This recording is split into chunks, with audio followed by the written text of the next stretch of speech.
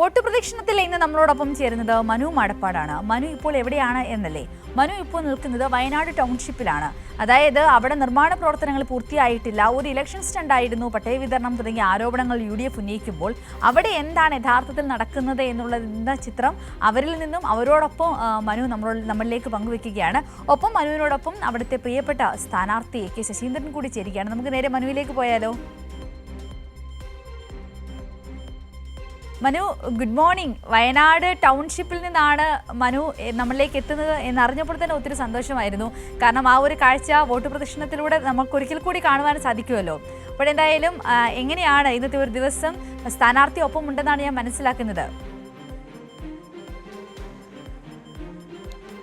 Good morning Sinduri. ഒരു ചെറിയ തിരുത്തുണ്ട്. ശശിയേട്ടൻ അദ്ദേഹം സ്ഥാനാർത്ഥിയല്ല, അദ്ദേഹം ഇവിടുത്തെ CPM-ന്റെ ഏറ്റവും പ്രധാനപ്പെട്ട നേതാവാണ്. അപ്പോൾ ആ രീതിയിലാണ് അദ്ദേഹം നമ്മളോടൊപ്പം ചേരുന്നത്. അദ്ദേഹമൊക്കെ ഈ ടൗൺഷിപ്പിൻ്റെ ഓരോ പ്രവർത്തനത്തിലും നമ്മളോടൊപ്പം ചേർന്ന ആളുകൾ കൂടിയായിരുന്നു. അപ്പോൾ ഞാനിവിടെ വന്നത് പ്രധാനമായും നമുക്ക് 1-2 കാര്യങ്ങൾ കൂടി പറയാം. അതായത് ഇപ്പോൾ കഴിഞ്ഞ ദിവസം വന്നൊരു വാർത്ത എന്തായിരുന്നു? ടൗൺഷിപ്പിൽ ഇപ്പോൾ നിർമ്മാണ പ്രവർത്തനങ്ങളൊന്നും നടക്കുന്നില്ല എന്നായിരുന്നില്ലേ വാർത്ത വന്നത്? ഞാനിപ്പോൾ നിൽക്കുന്നത് ഈസ്റ്റർ ദിനമാണല്ലോ, ഇന്ന് ഈസ്റ്റർ ദിനമാണ്, ലോകത്തിൽ എല്ലായിടത്തും അവധിയാണ്. പക്ഷെ നോക്കൂ, ടൗൺഷിപ്പിൽ ഇപ്പോഴും നിർമ്മാണ പ്രവർത്തനങ്ങൾ തകൃതിയായി നടന്നുകൊണ്ടിരിക്കുകയാണ്. ഏകദേശം 1300ഓളം തൊഴിലാളികൾ ഈ ഘട്ടത്തിലും ഈ ടൗൺഷിപ്പിൽ ഇന്ന് ജോലി ചെയ്യുന്നുണ്ട് എന്നതാണ് അതിൻ്റെ സത്യവും വസ്തുതയും. അപ്പോൾ ഈ പണി ഓരോ ദിവസവും ഇങ്ങനെ നടന്നുകൊണ്ടിരിക്കുമ്പോഴാണ് ഇവിടെ പണിയൊന്നും നടക്കുന്നില്ല, ഇഴഞ്ഞു നീങ്ങുന്നു എന്ന കള്ളവാർത്ത ഒരു മാധ്യമം വളരെ വലിയ വാർത്തയായി നൽകിയത്. പക്ഷേ ഈ നാട്ടിലെ മനുഷ്യർ തന്നെ അത് തിരുത്തുന്നതും നമ്മൾ കണ്ടതാണ്.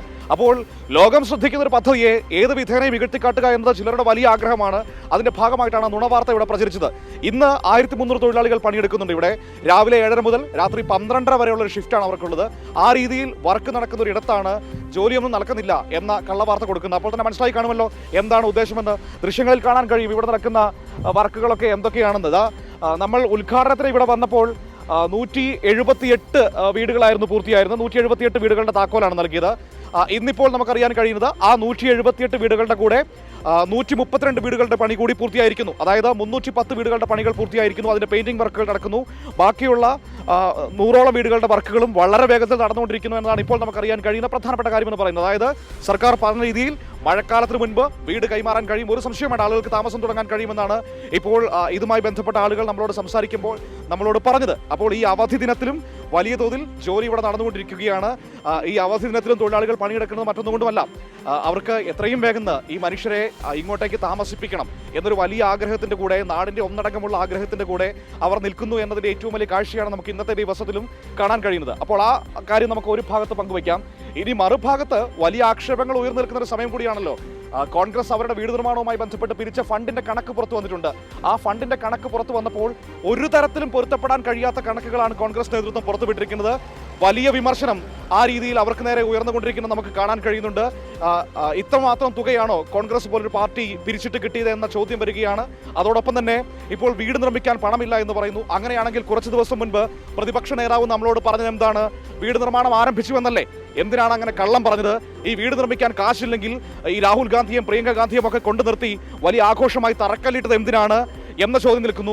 ഇനി പ്രധാനപ്പെട്ട ഭാഗം എന്ന് പറയുന്നത്, ഇപ്പോൾ ഇവരുടെ ആപ്പ് ഉണ്ടല്ലോ, ഈ ആപ്പിൽ എത്ര രൂപ പിരിച്ചു എന്നതിനെക്കുറിച്ച് ഒരു വ്യക്തതയെങ്കിലും ഇവർക്ക് നൽകാൻ കഴിഞ്ഞിട്ടുണ്ടോ? ഇല്ല. അപ്പോൾ അങ്ങനെയുള്ള പ്രധാനപ്പെട്ട ചോദ്യങ്ങൾ നിൽക്കുന്നു. അതുമാത്രമല്ല, സമൂഹ മാധ്യമങ്ങളിലൂടെ പ്രചരിക്കുന്ന ഒരുപാട് കാര്യങ്ങളുണ്ട്. ഇതിൻ്റെ ഒരു പ്രശ്നം എന്ന് പറയുന്നത്, ഈ ഉപകരണങ്ങൾ, യന്ത്രങ്ങളൊക്കെ സഞ്ചരിക്കുന്നതുകൊണ്ട് നമുക്ക് ശബ്ദം ഒരു ചെറിയ പ്രശ്നമുണ്ട്. അപ്പോൾ ഒരു കാര്യം ചെയ്യാൻ ജോഷ്ല, ക്ഷമിക്കണം സിന്ദൂരി, നമുക്ക് ഇവിടെ നമ്മളോടൊപ്പം ശശിയേട്ടനുണ്ട്, ഒപ്പം തന്നെ ഇവിടെ വീട് കിട്ടിയ ആളുകളുണ്ട്, കാണാൻ വന്നവരൊക്കെ ഉണ്ട്, അവരോടൊക്കെ നമുക്ക് സംസാരിക്കാം. ശശിയേട്ടാ നമസ്കാരം. ഞാൻ വന്നത് പ്രധാനമായും 2 കാര്യങ്ങളാണ്. ആദ്യം പോകാം. അതായത് ഇവിടെ ജോലികളൊക്കെ ഇഴഞ്ഞു നീങ്ങുകയാണ് എന്ന തരത്തിലൊരു പ്രചരണം, ഒരു വാർത്തകൾ പ്രചരിച്ചിരുന്നു. അപ്പോൾ അതിൻ്റെ വസ്തുത ഒന്ന് പുറം ലോകത്തോട് പറയാൻ വേണ്ടിയാണ് ഈ അവധി ദിനത്തിൽ, ഈസ്റ്റർ ദിനത്തിൽ തന്നെ വന്നത്. ഇപ്പോഴും നമുക്കിവിടെ 1300ഓളം തൊഴിലാളികൾ പണിയെടുക്കുന്നത് കാണാൻ കഴിയുന്നുണ്ട്. ഏത് വിധേനയും ഈ പ്രോജക്റ്റിൻ്റെ ഒരു ശോഭ കെടുത്താനുള്ള ശ്രമം നടക്കുന്നുണ്ടോ? ടൗൺഷിപ്പ് വലിയ അത്ഭുതകരമായ പ്രവർത്തനങ്ങളാണ് ഇവിടെ നടന്നത് നമുക്ക് കാണാൻ വേണ്ടി കഴിയും. ലോകം തന്നെ ശ്രദ്ധിക്കുന്ന രീതിയിലുള്ള ദുരന്ത നിവാരണ പുനരധിവാസ പ്രവർത്തനങ്ങളാണ് ഇവിടെ നടന്നുകൊണ്ടിരിക്കുന്നത്. അതിനെ നിസ്സാരവൽക്കരിക്കാനും ഒന്നും നടന്നില്ല എന്ന് കാണിക്കുന്നതിന് വേണ്ടിയുള്ള വലിയ വ്യഗ്രതയാണ് ചില മാധ്യമങ്ങളും വലതുപക്ഷ രാഷ്ട്രീയ കേന്ദ്രങ്ങളും ഒക്കെ നടത്തിക്കൊണ്ടിരിക്കുന്നത് നമുക്ക് എല്ലാവർക്കും അറിയാം. ഗവൺമെൻറ് ലക്ഷ്യമാക്കിയിരിക്കുന്നത് അടുത്ത മഴക്കാലത്തിന് മുമ്പായിട്ട് മെയ് അവസാനമാകുമ്പോഴേക്ക് 410 വീടുകളും പൂർത്തീകരിച്ച് താമസം ഉറപ്പിക്കാൻ ആവശ്യമായ രീതിയിലുള്ള കാര്യങ്ങൾ ചെയ്യണമെന്നാണ്. രാവും പകലും അവധി ദിവസങ്ങളൊന്നും വ്യത്യാസമില്ലാതെ ഇവിടെ എല്ലാ സമയത്തും പണി നടന്നുകൊണ്ടിരിക്കുകയാണ്. വലിയ രീതിയിലാണ് ആ ഉത്തരവാദിത്വം ഊരാലുങ്കൽ ലേബർ കോൺട്രാക്ട് സൊസൈറ്റി ഏറ്റെടുത്തിരിക്കുന്നത്. തൊഴിലാളികളും വലിയ രീതിയിലാണ് എന്നോട് സഹകരിക്കുന്നത്. സാധാരണ ഒരു തൊഴിലാളി എന്നതിലപ്പുറത്ത് ഞങ്ങൾ ചെയ്യുന്ന ജോലി ദുരന്തമുണ്ടായ ഒരു ജനവിഭാഗങ്ങളെ ആകെ ചേർത്ത് പിടിക്കാനും അവരെ സഹായിക്കാനും എന്ന രീതിയിലേക്ക് പോലും അവർ ചിന്തിക്കുന്നുണ്ട് നമുക്ക് കാണാൻ വേണ്ടി കഴിയും. സ്വാഭാവികമായിട്ടും ആസാം ബംഗാൾ തിരഞ്ഞെടുപ്പുള്ളതുകൊണ്ട് കുറച്ച് തൊഴിലാളികൾ അവരുടെ നാട്ടിൽ തിരഞ്ഞെടുപ്പല്ലേ, വളരെ കുറച്ച് തൊഴിലാളികളെ അങ്ങോട്ട് പോയിട്ടുള്ളൂ. ബാക്കിയുള്ളവരെല്ലാം മറ്റ് പ്രദേശങ്ങളെല്ലാം തന്നെ ഇവിടെയുണ്ട്. മലയാളികളായ തൊഴിലാളികളുമുണ്ട്. വലിയ രീതിയിൽ വലിയ ഉത്തരവാദിത്വത്തോടു കൂടി സമയബന്ധിതമായി ഈ പ്രവർത്തനം പൂർത്തീകരിക്കാനാണ് ശ്രമിച്ചുകൊണ്ടിരിക്കുന്നത്. അത് നാടാകെ അറിയാം. ഇവിടെ എത്രയോ ആൾക്കാർ ദിവസം വരികയാണ്. കേരളത്തിൻ്റെ പല മേഖലകളിൽ നിന്നും കർണാടകയിൽ നിന്നും തമിഴ്നാട്ടിൽ നിന്നുമൊക്കെയുള്ള ആൾക്കാർ ഒരു ടൂറിസ്റ്റ് കേന്ദ്രമായിട്ടത് മാറിയ പോലെയാണ്. ആളുകൾ നിരന്തരം വന്നുകൊണ്ടിരിക്കുന്നത് നമുക്ക് കാണാൻ വേണ്ടി കഴിയും. എത്ര നുണ വിളിച്ചു പറഞ്ഞാലും നേരിട്ട് കാണുന്ന ജനങ്ങൾക്ക് ഒരിക്കലും അത് തെറ്റാണെന്ന് പറയാൻ വേണ്ടി കഴിയില്ല. അതുകൊണ്ട് നുണകൾ വിളിച്ചു പറഞ്ഞാൽ അത് സത്യമാവുമെന്നുള്ള തെറ്റായ ധാരണയാണ് ചില വലതുപക്ഷ മാധ്യമങ്ങളും അതുപോലെ തന്നെ വലതുപക്ഷ രാഷ്ട്രീയ കേന്ദ്രങ്ങളും ഒക്കെ പ്രചരിപ്പിച്ചുകൊണ്ടിരിക്കുന്നത്. അതെല്ലാം ജനം തള്ളിക്കളയും. വേറെ കാര്യമുണ്ട്. ഇപ്പോൾ ഇന്നലെ നമ്മൾ ഈ കണക്കുകളാണല്ലോ ഇപ്പോൾ പ്രധാനമായി നിൽക്കുന്നത്. ഇന്നലെ കോൺഗ്രസ് വീട് നിർമ്മിക്കാൻ വേണ്ടി പിരിച്ച പണത്തിൻ്റെ കണക്ക് പുറത്തു വന്നിട്ടുണ്ട്. 5 കോടി രൂപയാണ് അവർക്ക് പിരിക്കാൻ കഴിഞ്ഞത്. ആ തുക തികഞ്ഞില്ല. ഇനി വീട് പണിയാൻ കാശില്ല എന്നൊക്കെയാണ് അവർ പറയുന്നത്. യഥാർത്ഥത്തിൽ അവർ ഇന്നലെ പുറത്തുവിട്ട കണക്കുകളിൽ ഒരുപാട് പൊരുത്തക്കേടുകളില്ല. അത് കള്ളക്കണക്കാന്ന് ആർക്കപ്പോൾ സംശയമുള്ളത്? ആളുകളെ പറ്റിക്കാനും ദുരന്തബാധിതരുടെ കണ്ണീര് വിറ്റ് പണമുണ്ടാക്കി ഫണ്ടുണ്ടാക്കി ആ ഫണ്ട് ദുരുപയോഗം ചെയ്യുകയും തട്ടിപ്പ് നടത്തുകയും ചെയ്തതാണെന്ന് ലോകത്തിലെല്ലാവർക്കും അറിയാം. ഏത് ആൾക്കാർക്കറിയാം. മലയാളികളായ അരിഭക്ഷണം കഴിക്കുന്ന മുഴുവൻ ആൾക്കാരും അത് വിശ്വസിക്കില്ല. കോൺഗ്രസ്സുകാർ രാഷ്ട്രീയമായിട്ട് ചിലപ്പോൾ അതിനെ പിന്തുണയ്ക്കുമായിരിക്കും. അതിലപ്പുറത്തേക്ക് അതിനാരും പിന്തുണയ്ക്കില്ല നമുക്ക് കാണാൻ വേണ്ടി കഴിയും.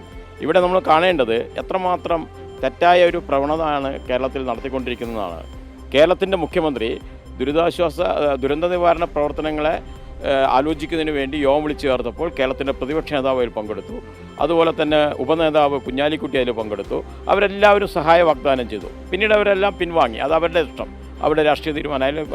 ഗവൺമെൻറ്റിന് പൈസ കൊടുക്കരുതെന്ന് അവർ പറഞ്ഞു മുഖ്യമന്ത്രിയുടെ ദുരിതാശ്വാസ നിധിയിലേക്ക്. കേന്ദ്രം നമ്മളെ സഹായിക്കാതിരുന്നു.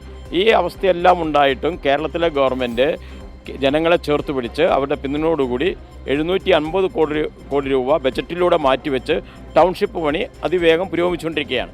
ഒട്ടേറെ തടസ്സങ്ങളുണ്ടായിരുന്നു. സ്റ്റേറ്റ് മാനേജ്മെൻറ്റ് കോടതി പോയി, സുപ്രീം കോടതി വരെ പോകേണ്ടി വന്നു. കുറേ സമയം നീണ്ടി വന്നു.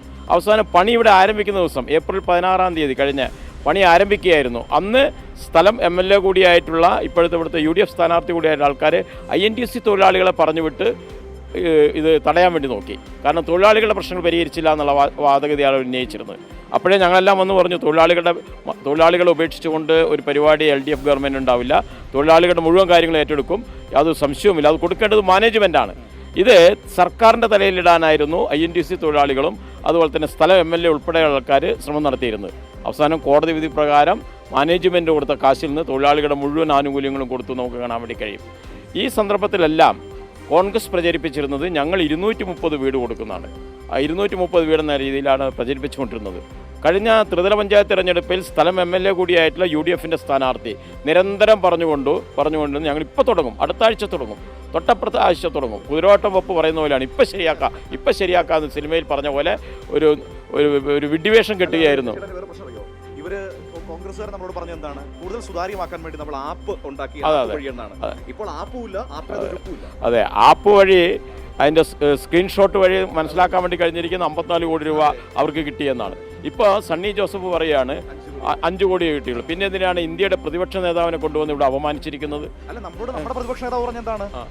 അതെ, പണി തുടങ്ങി എന്നുള്ള കള്ളം വിളിച്ചു പറഞ്ഞു അവിടുന്ന്. ഇതൊക്കെ നാട് കാണുന്നില്ലേ? VD സതീശനെ പോലെയുള്ള ഒരാൾ, അയാളുടെ രാഷ്ട്രീയ നിലപാടൊക്കെ മറ്റു കാര്യങ്ങൾ, പക്ഷേ നമ്മുടെ പ്രതിപക്ഷ നേതാവല്ലേ, അതിനൊരു ബഹുമാന്യതയില്ലേ? അദ്ദേഹം ഇങ്ങനെ കള്ളം വിളിച്ചു പറയുമ്പോൾ നാട്ടിലാകെ ജനങ്ങളിത് വിശ്വസിക്കുന്നതാണ് അദ്ദേഹം കരുതിയിരിക്കുന്നത്. അതെല്ലാം പൊളിഞ്ഞു. ഭൂമി മേടിച്ച് 5 കോടി രൂപയ്ക്കാന്ന് പറഞ്ഞു. രജിസ്ട്രേഷൻ ഓഫീസ് ചെന്ന് പരിശോധിച്ച് നോക്കിയപ്പോൾ 3,21 ലക്ഷത്തിനാണ്. 54 കോടി രൂപ പിരിച്ചിട്ടുണ്ട് എന്ന് സ്ക്രീൻഷോട്ട് തന്നെ വന്നു. 150 കോടിയോളം പിരിച്ചിട്ടുണ്ടെന്ന് ഒരു ഭാഗത്ത് വന്നു. അന്ന് ഇവിടുത്തെ സ്ഥലം MLA കൂടിയായിട്ടുള്ള UDF സ്ഥാനാർത്ഥി കോൺഗ്രസിൻ്റെ വർക്കിംഗ് പ്രസിഡൻ്റായിരുന്നു. അദ്ദേഹത്തിൻ്റെ തെരഞ്ഞെടുപ്പ് പ്രവർത്തനവും ഈ ഫണ്ട് ഉപയോഗിച്ചാന്ന് വലിയ ആക്ഷേപം പത്രങ്ങളിൽ വന്നു. യാതൊരു മറുപടിയും പറയുന്നില്ല, ഒന്നും മിണ്ടുന്നേ ഇല്ല. എന്തെല്ലാം രീതിയിൽ തട്ടിപ്പ് വെട്ടിപ്പാണ് നടത്തുന്നതെന്ന് ആലോചിച്ച് നോക്ക്. ദുരന്തബാധിതരുടെ കണ്ണീര് വിറ്റ് അവരുടെ മൃതദേഹങ്ങൾ കിടക്കുന്നത് നമ്മളെല്ലാം വേദനിപ്പിച്ചതാണ്. അതിനെല്ലാം പ്രദർശിപ്പിച്ചുകൊണ്ടാണ് ഈ പണം സംഘടിപ്പിച്ച് നമുക്ക് കാണാൻ വേണ്ടി കഴിയും. ഇങ്ങനെ പണം സംഘടിപ്പിച്ച് അത് മുഴുവൻ തട്ടിപ്പാക്കി മാറ്റി നമുക്ക് കാണാൻ വേണ്ടി കഴിയും. യൂത്ത് കോൺഗ്രസ് ഒരു കാശ് വിരിച്ചു, അന്ന് കാശ് വിരിച്ച യൂത്ത് കോൺഗ്രസിൻ്റെ നേതാവ് തന്നെ ഇപ്പോൾ പുറത്തിറങ്ങാൻ വയ്യാതെ നിൽക്കാൻ നമുക്ക് കാണാൻ വേണ്ടി കഴിയും. അതിലേക്കൊന്നും ഞാൻ കടക്കുന്നേ ഇല്ല. പക്ഷേ ഇങ്ങനെ ജനങ്ങളെ പറ്റിക്കുകയും വഞ്ചിക്കുകയും ചെയ്യുന്നതിന് ഈ തെരഞ്ഞെടുപ്പിലൂടെ കേരളത്തിലെ ജനങ്ങൾ നല്ല മറുപടി പറയും. വയനാട്ടിലെ ഈ ടൗൺഷിപ്പ് കേരളമാകെ നിയമസഭാ തെരഞ്ഞെടുപ്പിൽ ചർച്ച ചെയ്യുന്ന വിഷയങ്ങളിൽ ഒന്നാണ് നമുക്ക് കാണാൻ വേണ്ടി കഴിയും. കോൺഗ്രസിൻ്റെ ഈ ജനാധിപത്യ വിരുദ്ധവും സുതാര്യമല്ലാത്തതുമായ ഫണ്ട് പ്രവർത്തനത്തെക്കുറിച്ച് അവർക്ക് മറുപടി പറയേണ്ടി വരും. എത്ര ആളെയാണ് പറ്റിച്ചിരിക്കുന്നത്? സ്ഥലം ശ്രുതി എല്ലാവരും നഷ്ടപ്പെട്ട ഒരാളായിരുന്നു. അവളന്ന് കോഴിക്കോട് ജോലി ചെയ്യുന്നതുകൊണ്ട് മാത്രമാണ് രക്ഷപ്പെട്ടത് നമുക്ക് കാണാൻ വേണ്ടി കഴിയും. ആ ശ്രുതിക്ക് പിന്നീടൊരു അപകടവും ഉണ്ടായി. അവരെ പ്രതിശ്രുത വരൻ ഉൾപ്പെടെയുള്ള ആൾക്കാർ അപകടത്തിൽ മരിച്ചു എന്ന് കാണാൻ വേണ്ടി കഴിയും. അവരെ വാഹനത്തിൽ നിർത്തിക്കൊണ്ടാണ് സ്ഥലം MLA പറഞ്ഞത് 120 ദിവസം കൊണ്ട് വീട് പണിത് പൂർത്തിയാക്കി കൊടുക്കും. വീടും ഇല്ല, പണി ഒന്നും. ഞാൻ അങ്ങനെ പറഞ്ഞിട്ടേ ഇല്ല. അതെ, എല്ലാവർക്കും കാണാൻ കഴിയുമല്ലോ, അന്നത്തെ വാർത്താ മാധ്യമങ്ങളൊക്കെ റിപ്പോർട്ട് ചെയ്തതാണ്.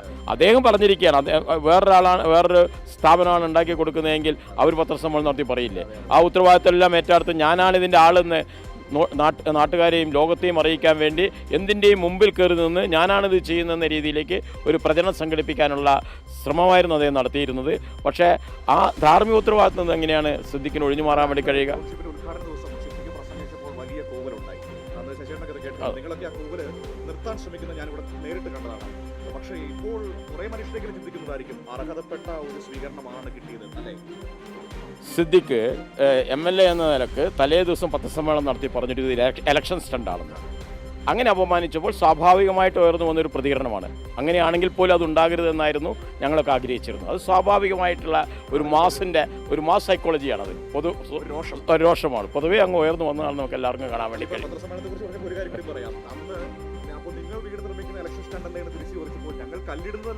അതെ, അദ്ദേഹം അന്ന് സത്യം പറഞ്ഞു.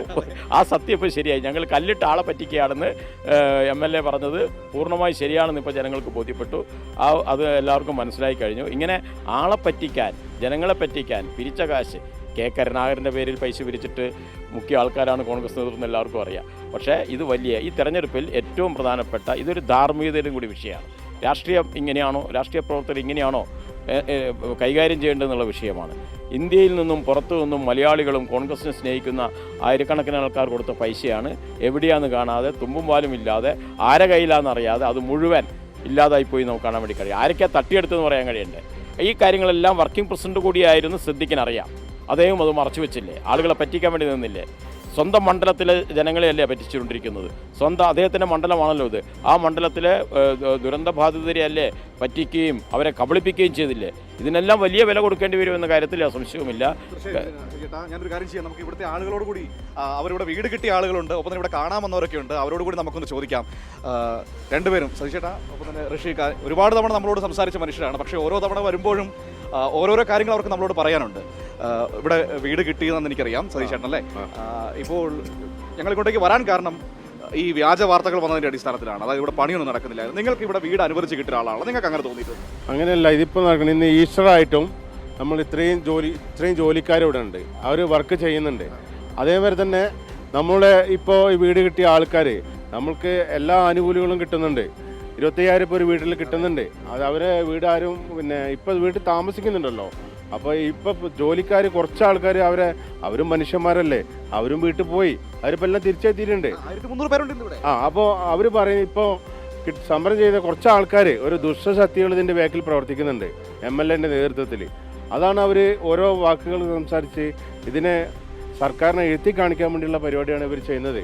ഏതായാലും കുറച്ച് ദിവസം റവന്യൂ മിനിസ്റ്റർ പ്രത്യേകം പറഞ്ഞിട്ടുണ്ട്, അടുത്ത മഴയ്ക്ക് മുന്നേ എല്ലാവർക്കും താമസിക്കാൻ പറ്റുന്നതാണ് പറഞ്ഞിട്ടാണ് അതിൻ്റെ രേഖകൾ കൊടുത്തിട്ടുള്ളത്. ഇതിന് താക്കോല് കൈമാറിയിട്ടില്ല ഇതുവരെ. എല്ലാവരും പറഞ്ഞ് താക്കോല് കൈമാറിയിട്ട് താമസിക്കാൻ പറ്റുന്നില്ല എന്നാണ് പറയുന്നത്. ഇതിവിടെ കിട്ടിയ ആൾക്കാർ അതൊരിക്കലും പറയാൻ പാടില്ല. ഇനിയിപ്പോൾ അത് കിട്ടി താമസിക്കാൻ തുടങ്ങിയാലും അവർ ഇതേ വർത്താനാണ് പറയുക. അതാണ് തന്നിട്ടുള്ളൂ, അതല്ലാണ്ട് താക്കോൽ ആരും കൊടുത്തിട്ടില്ല. അത് മനസ്സിലാക്കണം. ഇപ്പോൾ വീട് കിട്ടിയവർ ഇനിയിപ്പോൾ താമസിക്കാൻ തുടങ്ങിയാലും അവർ ഈ നെഗറ്റീവ് ആൻസർ തന്നെയാണ് സർക്കാരിനെ ഇകത്തി കാണിക്കാനുള്ള ചെയ്യാം. ഇപ്പോൾ നിങ്ങൾക്ക് മാസം വീട്ടിലോട്ട് വാടക കൃത്യമായിട്ട് കിട്ടുന്നുണ്ടോ? വാടക കൃത്യമായിട്ട് കിട്ടുന്നുണ്ട്. ഒപ്പം തന്നെ ഒരു വീട്ടിൽ 2 പേർക്ക് 9,000 രൂപ വെച്ച് കൊടുക്കുന്നുണ്ട്. അത് കറക്റ്റായി കിട്ടുന്നുണ്ട്. ഫുഡ് കൂപ്പൺ കിട്ടുന്നുണ്ട്. ഫുഡ് കൂപ്പൺ കിട്ടുന്നുണ്ട്. അപ്പോൾ ഒരു മാസം ഏകദേശം 25,000 രൂപ നിങ്ങൾക്ക് ഒരു വീട്ടിൽ കിട്ടുന്നുണ്ട്. 25,000 കിട്ടുന്നുണ്ട്. അത് ഓർത്ത് നോക്കൂ, ഒരു വീട്ടിൽ ഒരു മാസം 25,000 രൂപ നമ്മുടെ സർക്കാർ കൊടുക്കുകയാണ്. അതായത് 9,000 രൂപ വീതം 2 പേർക്ക്, ജീവനോപാധികൾ നഷ്ടപ്പെട്ടു പോയവർക്ക് 6,000 രൂപ വാടക, 1,000 രൂപയുടെ ഫുഡ് കൂപ്പൺ. അത് ഇതുവരെ മുടക്കമുണ്ടായിട്ടില്ല. ഇല്ല, ഇതുവരെ മുടക്കമുണ്ടായില്ല. റേഷൻ ഫ്രീ ആയിട്ടാണ് കിട്ടുന്നത്. ഇപ്പോൾ ദുരന്തം സംഭവിച്ച മുതൽ റേഷൻ ഫ്രീ ആയിട്ടാണ് കിട്ടുന്നത്. അതും ഇതിൻ്റെ കൂടെ കൂട്ടേണ്ടതാണ്. അതുപോലെ തന്നെയാണ് ഇപ്പം ശശിയേട്ടൻ പറഞ്ഞു, ഈ ദുരന്തം അതായത് സംഭവിച്ചതിന് ശേഷം ആളുകൾ മയ്യത്ത് കാണിച്ചിട്ട്, അതായത് എൻ്റെ തറവാട്ടിൽ നിന്ന് 29 പേരാണ് ഈ ദുരന്തത്തിൽ മരണപ്പെട്ടു പോയിട്ടുള്ളത്. എൻ്റെ തറവാട്ടിൽ 29 പേരടക്കമുള്ള 297 ആളുകളെ മരിച്ച് ചിന്നിച്ചിതറി മയ്യത്ത് കാണിച്ചിട്ടാണ് ഇവർ പൈസ വിരിച്ചിട്ടുള്ളത്. സമാധാനം പറയേണ്ടതാണ്. ഈ 297 ആളുകളെ ചിന്നിച്ചിതറിയ ഞങ്ങൾക്ക് പോലും നിങ്ങളെ കാരണം ഞങ്ങൾ ആരാണ് എന്താണെന്ന് മനസ്സിലാകാത്ത രീതിയിലാണ് ആ ബോഡികൾ അവിടെ കൊടുത്തിട്ടുള്ളത്. ഇന്ന് പുത്തുമല മറയതിട്ടുള്ളത് ആ ബോഡി കാണിച്ചിട്ടാണ് ഇവന്മാർ പൈസ വിരിച്ചിട്ടുള്ളത്.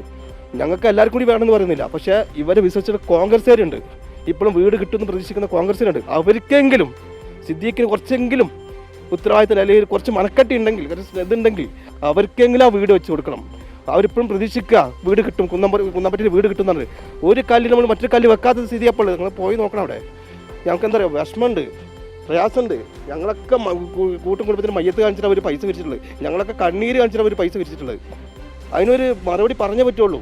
പിന്നെ ഈ സിദ്ദീഖ് പറഞ്ഞാൽ നമ്മൾ ഇത്രയും കാലം 5 വർഷം ഇവിടെ നിന്ന് MLA ആയിട്ട് എന്ത് വികസനമാണ് കൊടുത്തിട്ടുള്ളത്. ഈ ഉരുള് പൊട്ടിയതൊരു അനുഗ്രഹി കാണുന്ന ഒരാളാണ് സിദ്ദീഖ് MLA. കാരണം ഇവിടുന്ന് പല ആളുകൾ സംഘടനയായിട്ട് ഇപ്പോൾ ഓങ്ങല്ലൂരിൽ നിന്നും വളാഞ്ചേരിയിൽ നിന്നും ഇപ്പോൾ നിലമ്പൂരിൽ നിന്നും ആളുകൾ സാധനങ്ങൾ കൊണ്ടുവരും, കട്ടിലും മറ്റതൊക്കെ. ഇവിടെ കൊണ്ട് ഇറക്കാൻ സ്ഥലമില്ല, ഗോഡൗണില്ല. അപ്പോൾ ഈ സിദ്ദീഖ് ഒരിൻ്റെ ഗോഡൗണിൽ വെച്ചോളി.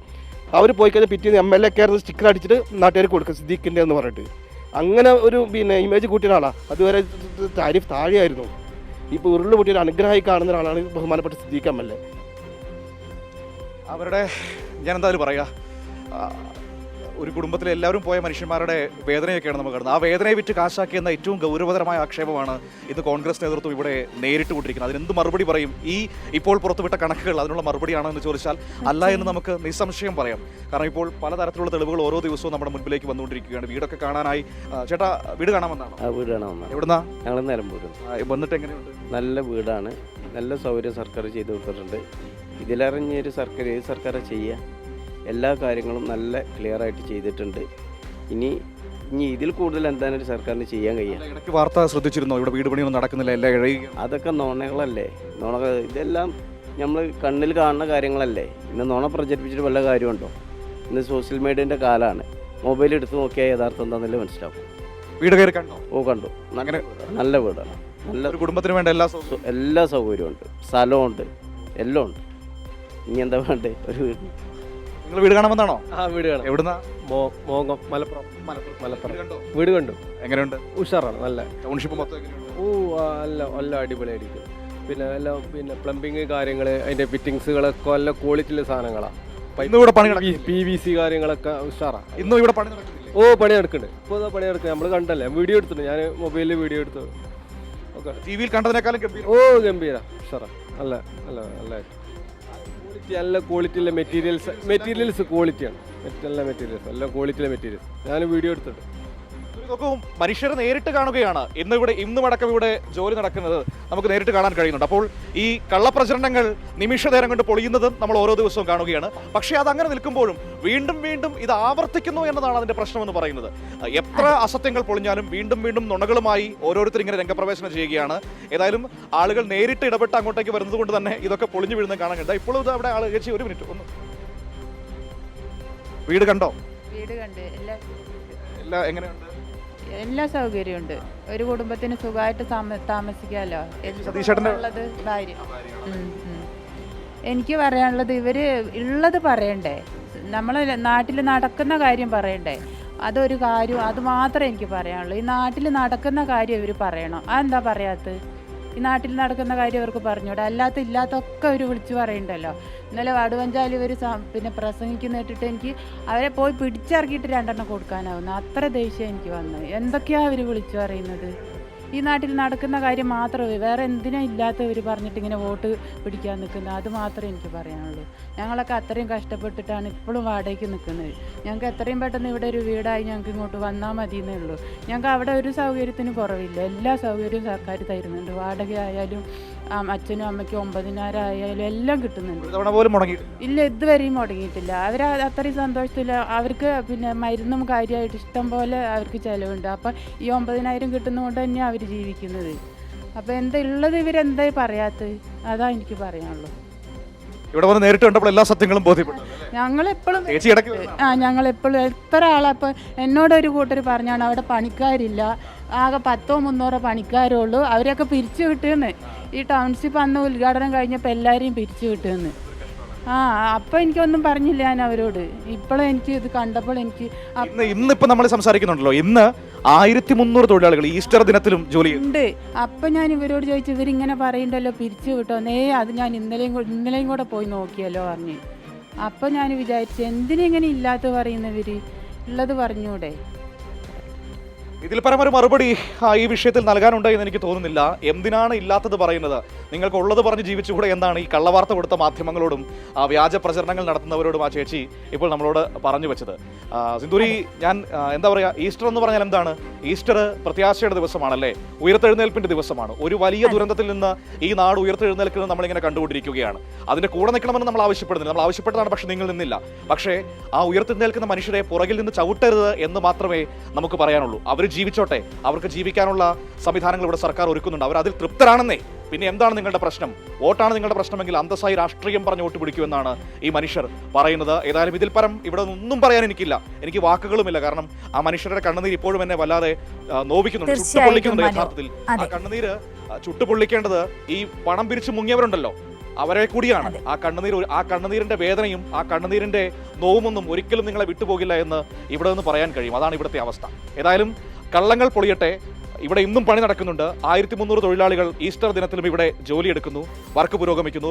ഈ മഴക്കാലത്തിന് മുൻപ് എല്ലാ മനുഷ്യർക്കും അവരവരുടേതായ വീടുകളിലേക്ക് കയറിക്കൂടാൻ കഴിയും എന്ന ഉറപ്പുണ്ട് ഈ നാട്ടിലെ മനുഷ്യർക്ക്, എന്ന ആത്മവിശ്വാസവുമുണ്ട്.